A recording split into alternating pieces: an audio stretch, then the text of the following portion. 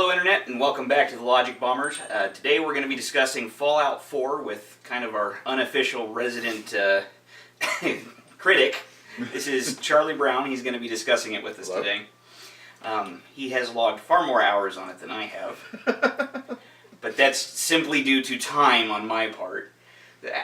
I have to ask, how many hours do you have on it?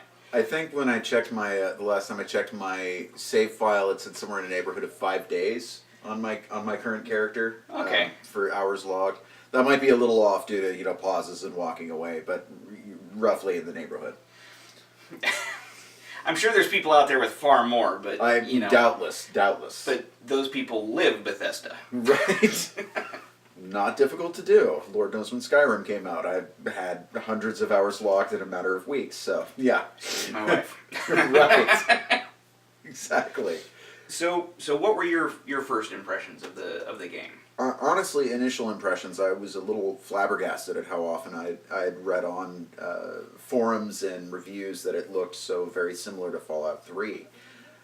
My initial take was just the amount of detail and the vastly expanded color palette definitely made for aesthetically a very different look. I think people too often we look at a new version of a game and we start to remember the old game that way as opposed to really seeing it as it is. If we were to go back post Fallout 4 and look at Fallout 3, I think we would really start to see the differences. Not as readily apparent, but for someone with that clarity in mind of what Fallout 3 was, I thought visually was vastly different. Yeah, I have to admit, I didn't actually play New Vegas until shortly before Fallout 4 actually dropped. Right. So I did have the stark contrast. I'm looking at it and hearing this going, this looks nothing like it. Yeah, I just played this. This is totally different. It's the nostalgia wash. Yeah, the rose-tinted glasses. So exactly.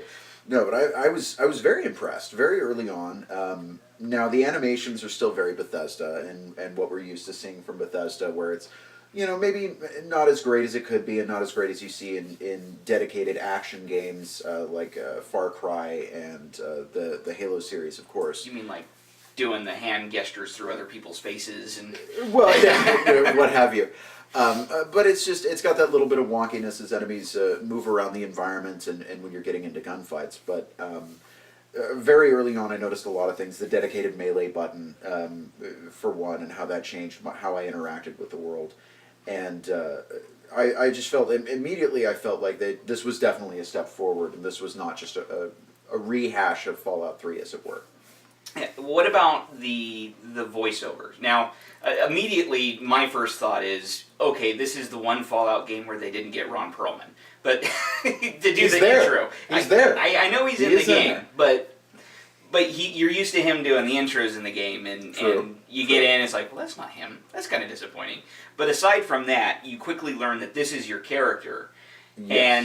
And it was a break from the silent protagonist that exists in pretty much all of Bethesda's open world games.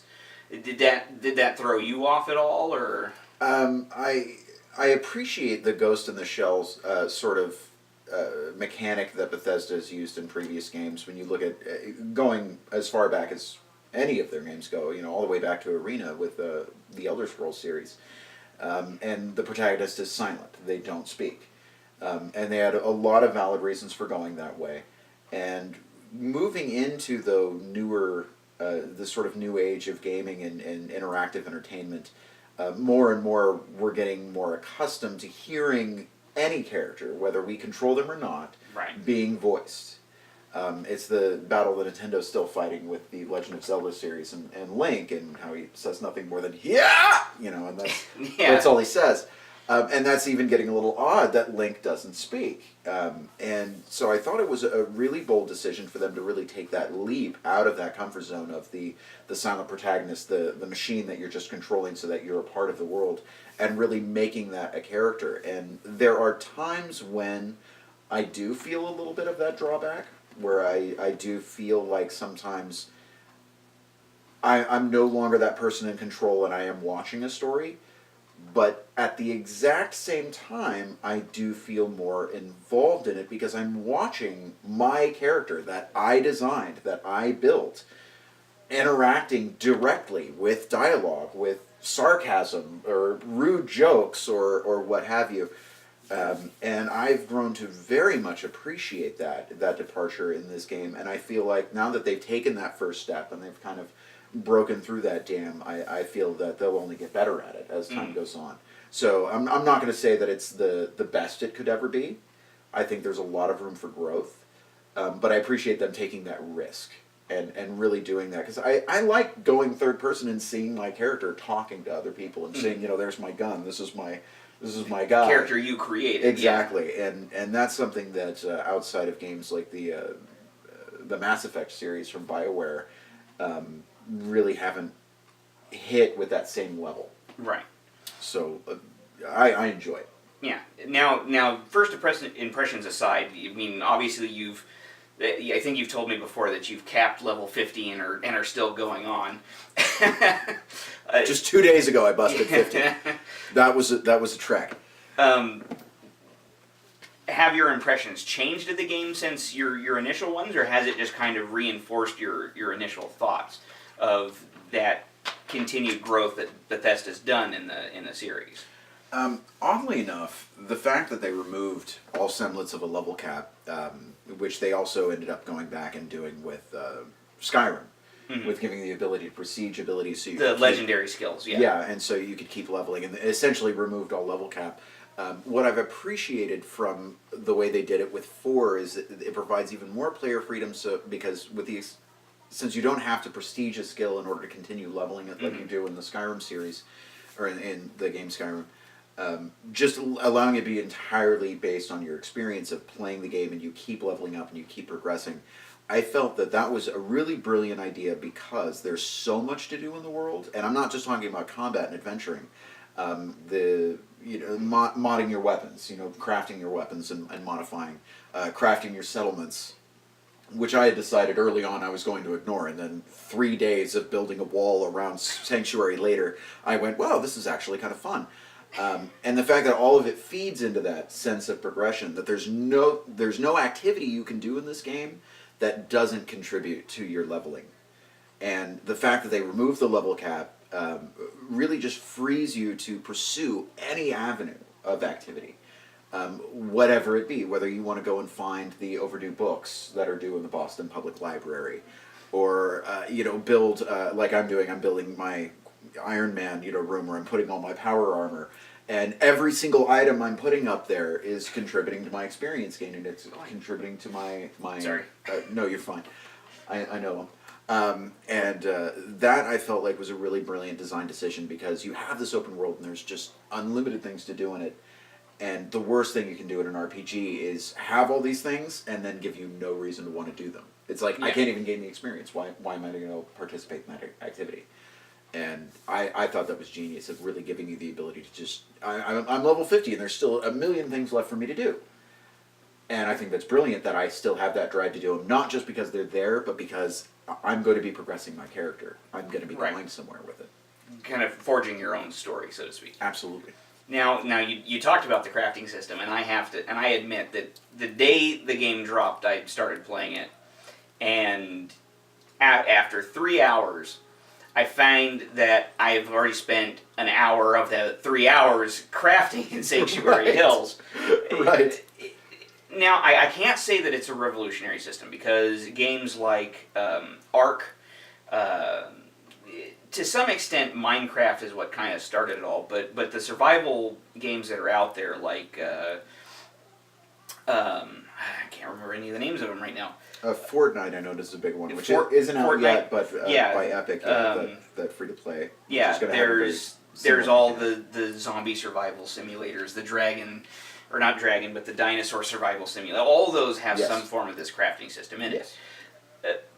But I do feel that they found a way to make it extremely fun, but it isn't without its problems, and you and I have already discussed this a little bit. Right. For instance, the Snap 2 system could use a bit of work. My very simple thing, and I wouldn't be surprised if this showed up in a later patch, which is just give me an override. When there's a clipping issue and they're saying, I can't put this piece where I want to put it, I'd like to be able to press a button and have it say, are you sure you want to place this? Yes, and then I can just override. Cool. I can override that issue and be able to put the object where I want it. I think that would be a big one. And that's honestly like my biggest, absolute like top tier, top of the list Bethesda, if you're listening. I want an override. And so if I want to make a piece go somewhere and it's clipping through another piece, fine, I can do that. Because even just building my Iron Man room, when I was putting, for all my power armor in the upstairs, just putting all of the walls, even though they were designed, I was building by the metrics that are set in the game. I was building floors in-game, and I was building the walls in-game. But if I had one wall coming out to this point and another wall to this point, and there's one piece that's supposed to fit right between those 2 points, oftentimes I would literally have to pull one piece out, snap it on, and go all the way around, moving the empty piece until I got to a certain spot where finally it would accept, and I could put that last piece of wall in and fill it in. And stuff like that, I'm like, if there was an override so it would snap onto one wall and then it would realize later, oh yeah, I'm attached here too, it would make a huge difference. Yeah. But or even if it didn't, because it's not like that one little spot's going to let anything through, because... there's not even a spot there. It's literally built to fit between those 2 spots. And if it attached on one side, it would attach on both.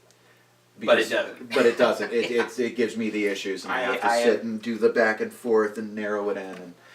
And, many times I had given up, and like when you're doing like the fence-in areas for your farming area or whatever you've got there, many times I just take the post out and put it in and just offset the post enough that it wouldn't snap, and it looks funny, but it works. You find those kinds of tricks with the system. But it is, I will agree with you, it is very, very frustrating to have this idea and then go, why can't I do this? It should work. Right. So. And that's getting more into wherein you'll probably be dozens of hours into the game before you really start messing with the settlement system, and you're going to run into some of these issues. I was 2 hours in. well, that was you. I mean, I had a lot more time. I spent a lot more time early on with the adventuring, because for me, my thing with any Bethesda game is I love the fact that they send me out into this world, and sure, there's a story, but it's this huge open world, and all you used to have is a compass with just little outlines of fun, just waiting for you to discover them. And invariably, maybe it's my ADD, but I'm like, I will find something and be like, I am going, today we are heading north. And that's the day. Is that I head north and I see a little object and I find it and I go into it and I delve through it. Which kind of leads back into some of the drawbacks, in my opinion. I don't like as many load screens as there are in the game. There do seem to be quite a few, and that is one of the things I've noticed is you do it in Fallout 3. You go into a building, you have a short load screen, and then you're there. It was there, but it wasn't super noticeable. Whereas in this one, it seems like every time you go into a new location, you have a load screen that is a noticeable wait time. I would actually argue that, but I'm not disagreeing. There are load screens. They do have a fair amount of buildings that are open that you can go into directly without a load screen, which is nice. It's a nice switch. But for me, I think my moment where I really went, okay, I am playing the next gen, was I was playing The Witcher, and there's a quest, and I believe it's called Wandering in the Dark. It's very early in the game, first few hours, and you go into this huge underground cavern. It's this massive complex that you do. The quest takes me hours to complete because I do all the branches of it, and then I finish it, and I leave. There is not a single loading screen from being in the open world, going down into this massive cavern, spending hours in this massive underground complex, which is also an elven temple, and then when you leave, you just walk out into the open world again. And to me, that moment of, as I'm walking out and I realize there's no load screen, this is not something like a cutscene plays, but it's not a loading screen because you can see the outside, you're outside now. And it just flows dynamically right into it. And that was a moment where I went, there it is. Like, that's that moment. I am playing a game that could not have been done on last gen. Right. And it was an interesting decision that Bethesda chose to keep basically the same graphics engine from previous gen. They're just upping it for, what the new hardware can do. Yeah, the fidelity and But whatnot. as far as what the engine can handle at any one time, it needed to have the load screens before I go into a sewer or go into, the Hubris Comics building or what have you. And that's fine, and I understand why that needs to be there. Okay, I know it would have taken many years to develop a brand new engine to be able to eliminate that, and financially, I know they can only do so much. I'm not trying to lay this on them. I did notice that comparatively speaking, the load times are shorter than previous games like Skyrim and Fallout 3 because of the higher the higher power of the hardware. Not necessarily by the amount that we would like, but there are times where I noticed I was walking in and out, and it wouldn't even bring up like the 3D image I can rotate on the load screen. It would just be a black screen for a couple seconds, and then boom, I'm outside again. So I noticed they sped it up, but I would have liked to have seen them eliminate more of them entirely. I would say, because the amount of loading screen that you see when you're walking in and out of the building is still, I would say, slightly longer than fast travel. Whether it's a loading screen or just a blank screen, it is a noticeable break in. It can break the immersion slightly. But I feel they made up for it in a lot of ways. In a lot of other mechanics, the combat mechanics, the fact that I can search objects without having to go into a menu. That was a nice addition, yes. I felt there were little things they did that really helped kind of counterbalance. Because being able to, in the middle of a gunfight, walk over and be like, he's got bullets, I'm going to take those. Or, hey, he's got a piece of armor I'd like, I'm going to take that, and this, and there's no menu, I don't have to drop out of it, the game is still going. Still needs a loot all button. You can do that. I know. It still has, like if you want to go into the full-on menu, you hit a button, and then you hit loot all, and then you're out, and you can still go. And I thought that was, it was the little things, those little changes that they made that I really did appreciate, and I feel like definitely do set it apart, and it doesn't feel like a Fallout 3 clone. But conversely, there are a lot of things that I think all of us as a community would have liked to have seen Bethesda do. Well, what are some other negative aspects of the game that you've experienced? I'm not saying that there's a lot, but I know there are a number of other things that are. I feel like certain, and I'll omit spoilers, but certain choices they made with the story were a little mishandled narratively. In just how it progresses. I mean, the opening of the story is you're trying to find your son, and certain sort of twists that they did, I felt like they introduced too early. They would have been better if they'd been pushed off so that there could have been a little more weight to it and when big reveals happened. Because I was hardly into the main storyline at all, and they dropped this huge twist in my lap, and I'm going, I don't have enough time to care for this to really throw me for a loop. Thank you, Charlie Brown, for joining us on the Logic Bombers to discuss Fallout 4. For those of you watching, if you had any thoughts or complaints about this game, please leave a comment in the comment section below. If you liked this video, please leave a like by clicking the thumbs up button in the description below. We will have Charlie Brown again at a later time to discuss games that he believes should be in the running for Game of the Year for 2015. Thank you for watching, and if you liked, please subscribe.